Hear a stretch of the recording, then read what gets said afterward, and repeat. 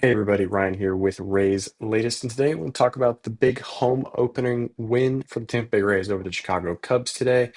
Won 6-4. Pretty good game all around. Shane McClanahan struggled a little bit to begin with, kind of just with his command. Ended up having a couple walks, four walks to be specific. Only gave up one hit in 4 innings, but I'll get into that in a little bit. McClanahan homered, Cedric Mullins homered, Aranda homered, ended up scoring 6 runs. Two run shots, a solo shot. It was really good for what I saw from the team today, home run wise, and the bullpen looked really good, other than just a small little blow up by Seymour there in the fifth inning or sixth inning rather. But I thought he looked good. I didn't think that there was nothing too crazy about him that kind of went awry.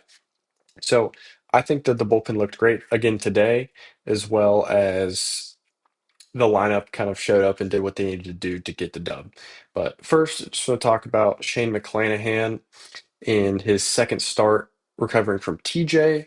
He ended up going 4 innings, only gave up one hit, but he gave up 2 earned runs, four walks, and 5 strikeouts through 69 pitches, and only 35 of them were strikes, which is about a 50.5, 51% strike rating, which is just not going to cut it.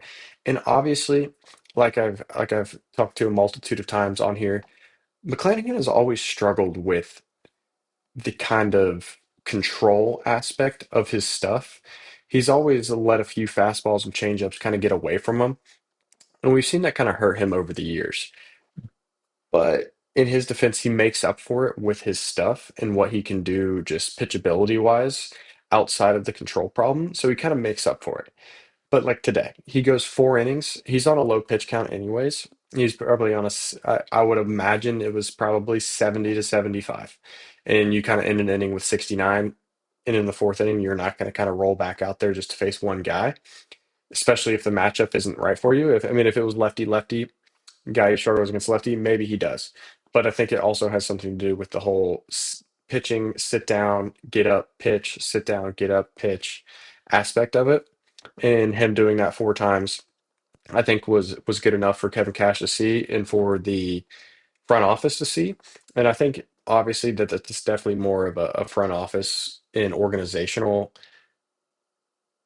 direction and kind of choice that they're going with, because I'm sure Kevin Cash and McClanahan are kind of on the same page with McClanahan probably feels healthy, but he is coming off TJ. He is one of the best pitchers in baseball.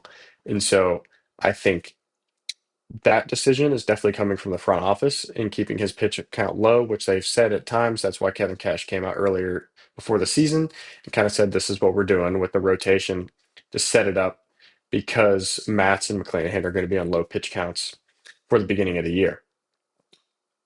But on the flip side of that, I think going 4 innings and only giving up one hit is good. But on the other side of that, 4 walks in 4 innings is not good. And when you throw 69 pitches and only throw 35 strikes, half of your pitches are balls, that's where an issue starts to come. And he's good enough to work around that. Obviously, only giving up one hit, only giving up the 2 earned runs is fine when you're in a full start. And he didn't give up a homer, didn't give up anything like that. It was just a two RBI single to Nico Horner. So it's not like there was anything too crazy to see that he let slip away too much. But the one hit that he did give up the entire outing was that RBI single. So the runners were on base because he walked them pretty much. And I think what a lot of people say, and I think this goes for the entire baseball community as a whole, is leadoff walks, 2 out walks are the worst things that you can do, especially a leadoff walk. I think the statistics, I know in college baseball, leadoff walks, and this is going to sound crazy, but leadoff walks, I want to say score 35 to 40% of the time. And that I think in baseball, that's a crazy statistic to say. But if you just give a guy a free pass to start an inning, it just compounds to a multitude of things of leadoff singles are better than leadoff walks because leadoff singles means you're around the zone. Leadoff walks mean you're not around the zone. And you find yourself falling behind in counts. You find yourself giving hitters better pitches to hit in the hitter counts.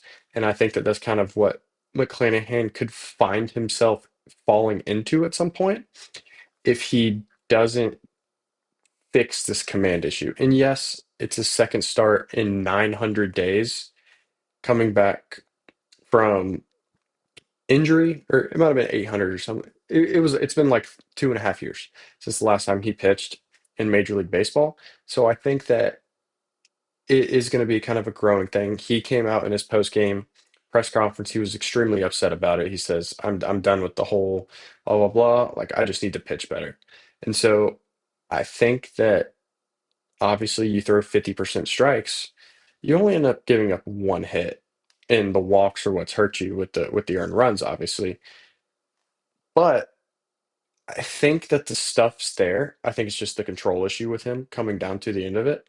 And so I think that that's just going to be something he needs to kind of tick into. And I truly do believe he will fix that. But it has been a problem for him his entire major league career. Not to this extent necessarily, but it has been a little egregious at times with just kind of how wild he is around the zone. But he is wildly effective with it, and he always has been effective with it. So I'm intrigued to kind of see how that unfolds throughout the rest of the season. But the next thing I want to talk about, Kevin Kelly. Yesterday, talked about him a little bit. Had a good bounce back outing. The final game in Minnesota today, his sweeper slash slider slash wipeout UFO ball that he throws. It was the sharpest I've seen that pitch look in a long time.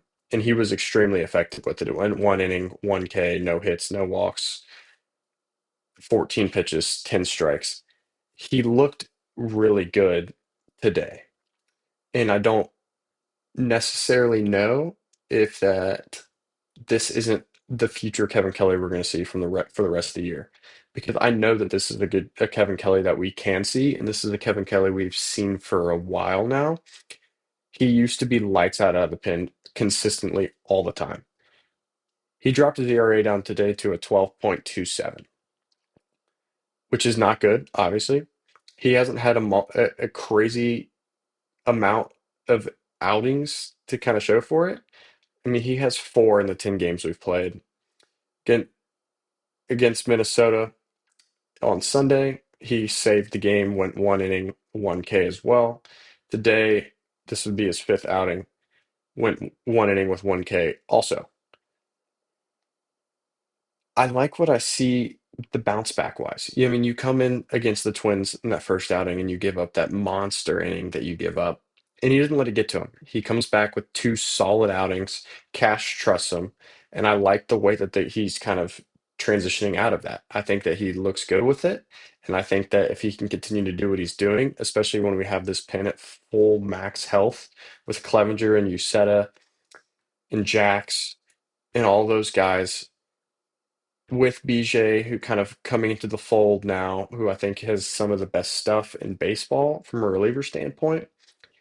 And then you mix in Seymour, Baker. I mean, you have one of the best pins in the league stuff wise. It's just the consistency that's always been an issue with us. And I think that if you can get that consistency up, I think that the sky's the limit with this staff. And I think that Kevin Kelly kind of hitting the stride right now. Granted, it's just game five for him this year, but if he can continue doing what he's doing, I think the sky's the limit with him, and I'm really excited to see what he can continue to do. Now, it's from an offensive perspective today. I was really impressed from what I saw. Junior goes deep again, back-to-back games. Aranda goes deep. Cedric Mullins hits his first homer of the year. Simpson goes 2 for 4 today. Taylor Walls is finally brought back up from the IL. Carson Williams sent down to AAA. For those of you guys that did not see that, Taylor Walls started at shortstop today, ended up going 1 for 3. It's We had 9 hits today. The only two people in the lineup that did not get hits were Jake Fraley and Ben Williamson. Fortes got a double. Yanni Diaz went 2 for 4. Aranda hit a homer. Caminero went 1 for 4 with a homer. Simpson went 2 for 4. Cedric Mullins went 1 for 3 with a homer. Taylor Walls went 1 for 3. It's it's good to see the lineup for top. If you can get your lineup from top to bottom, consistently going.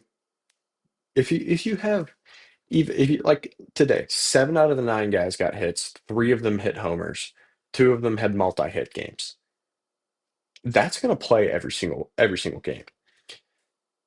Facing Jameson Taillon, career big leaguer. He's been in the league for a long time, consistent guy. And we put good bat to ball on him. And I didn't see the only really bad at bat that I saw today was kind of Caminero taking a 2-2 fastball like directly down the middle. From a baseball perspective, I get why he did that because he just got spun 4 straight sliders out of the zone, fouled one off. Next pitch was a fastball. Probably wasn't expecting that, was probably sitting slider. Because, I mean, they showed on the broadcast today, he had seen, I think it was 170 pitches he had seen this year, in more than half of them were out of the zone. And which is kind of funny because both of his home runs have come on pitches that are out of the zone as well. But he's just not getting strikes. And so I think his approach at the plate right now is I think he's more looking towards that, trying to just get a good pitch out of the zone to drive somewhere. And especially when you get 4 straight sliders in a row and then you get a fastball directly down the middle, that kind of messes with you a little bit because you're not expecting to actually get a pitch to hit when you haven't gotten a pitch to hit all game. And so I think that that's just something he's going to need to look into and kind of adjust how he makes his approach at the plate. Because I know it's easier said than done, but if I were him, I would just sit middle, and if it's out of the zone, granted, I know, like I said, it's easier said than done. If you get a absolute wipeout slider, you're going to want to swing at it because it looks like a fastball down the middle.